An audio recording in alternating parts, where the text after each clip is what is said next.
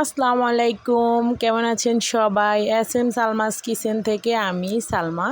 আজকে আপনাদের সাথে একটা রেসিপি শেয়ার করব, সেটা হচ্ছে পাঙ্গাস মাছ ভুনা।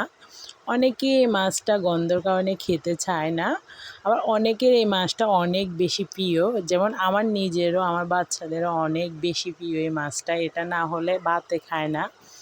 তো এই সবাই তো আর সব কিছু পছন্দ করে না। তো এই মাছটা আমি যেভাবে রান্না করতেছি, এইভাবে যদি করেন তাহলে সবাই খেতে পারবে। আমি এখানে দিয়ে দিছি লেবুর রস আর দিয়ে দিছি লবণ। লবণটা আর লেবুর রসটা দিয়ে আমি একটু এটাকে ভালোভাবে মেখে নিব। মেখে জাস্ট এটাকে 2-3 মিনিট রেখে দিব। এরপরে 2-3 মিনিট রেখে দেওয়ার পরে এটাকে আমি ভালোভাবে ধুয়ে ক্লিন করে নিব। এভাবে লেবু দিয়ে মাছটা ধুইলে মাছটা থেকে গন্ধটা চলে যায়। তো আমি এটাকে ভালোভাবে ধুয়ে নিছি, পানি সরিয়ে নিছি। এরপরে আমি এখানে দিয়ে দিছি পরিমাণ মতো লবণ, 1/2 চামচ হলুদের গুঁড়া। তো এটা দিয়েও মেখে আমি 5-6 মিনিট ডেকে এটাকে রেখে দিব রেস্টে, যেন লবণটা মাছের ভিতরে ঢুকে।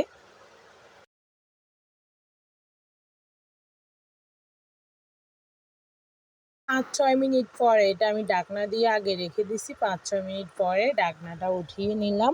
এখন আমি প্যানে তেল গরম বসিয়ে দিব। বসিয়ে দিয়ে এটা গরম তেলের ভিতরে মাছগুলো ভেজে নিব। এটাকে এভাবে ভেজে ভালোভাবে সব মশলা দিয়ে ভুনা করলে অনেক বেশি মজা হয়। অনেকে আবার এভাবে না ভেজেও অনেকে এটাকে ঝোল করে পাঙ্গাস মাছের। তো যে যেভাবে পছন্দ করে, আমি যেভাবে করি ওইভাবে দেখাইতে চাইতেছি। একবার হলো আপনারা ট্রাই করে দেখবেন।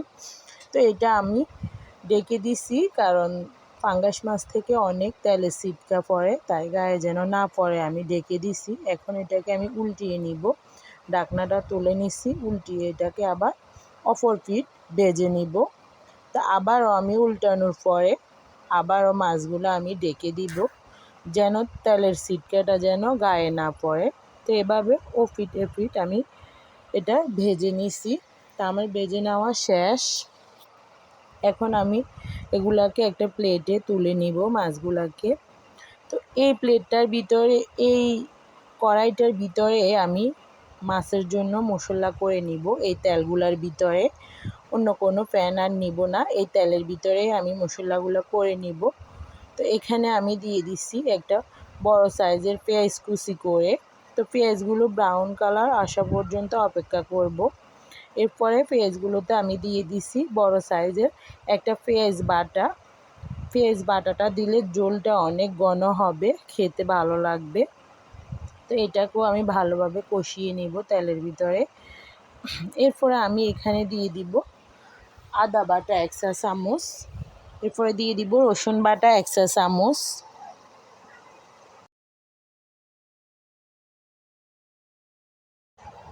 এগুলোকে ভালোভাবে নেড়ে চেড়ে মিশিয়ে নিব। এরপর এখানে দিয়ে দিতেছি 1 চা চামচ কাঁচামরিচ বাটা। আপনারা চাইলে গোটাও দিতে পারেন, আমি বাটাটা ইউজ করতেছি।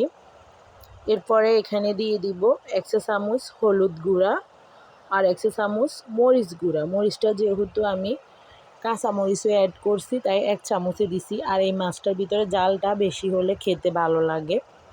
তারপরে এটাকে ভালোভাবে কষিয়ে নিব, একটু পানি দিয়ে দিব মশলাটা যেন পুড়ে না যায়। এরপর ভালোভাবে নেড়ে চেড়ে আরও একটু পানি দিয়ে দিব।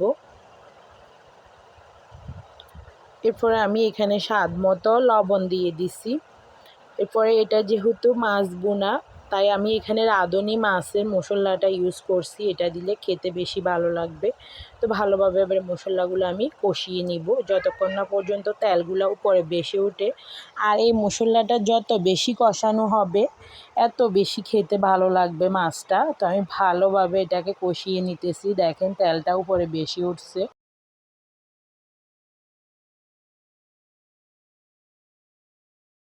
এরপর আমি এখানে দিয়ে দিতেছি বড় সাইজের 2টা টমেটো কুচি করে। টমেটোটা দিলে মাছের টেস্টটা অনেকটাই বেড়ে যাবে। টমেটো দিয়ে মাছটা অনেক বেশি মজা হয়। তো এগুলোকে ভালোভাবে নেড়ে ছেড়ে টমেটোগুলোকে আমি গলিয়ে নিব। তো এটা আমি ঢেকে দিছি। এটা হতে থাকুক। আবারও ঢাকনাটা খুলে আমি এগুলাকে নেড়ে ছেড়ে দিতেছি। টমেটোগুলো গলে গেলে তারপর আমি এখানে পানি ইউজ করব। তো এখানে আমি দিয়ে দিতেছি 2 কাপ পরিমাণ পানি। পানিটা ভালোভাবে ফুটে আসলে আমি এখানে মাছগুলো অ্যাড করে দিব।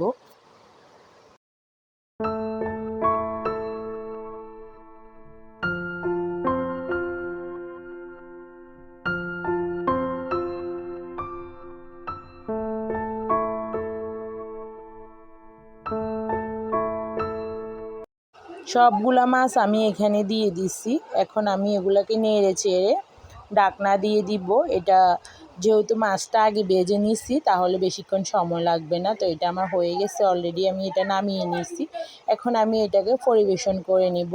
তো আমার ভিডিওটি যদি ভালো লেগে থাকে অবশ্যই আমার চ্যানেলটা একটা সাবস্ক্রাইব করে দিবেন। আর অলরেডি যারা আমার চ্যানেলটা সাবস্ক্রাইব করে দিয়েছেন তাদেরকে অসংখ্য ধন্যবাদ। আল্লাহ হাফেজ, ভালো থাকবেন সবাই।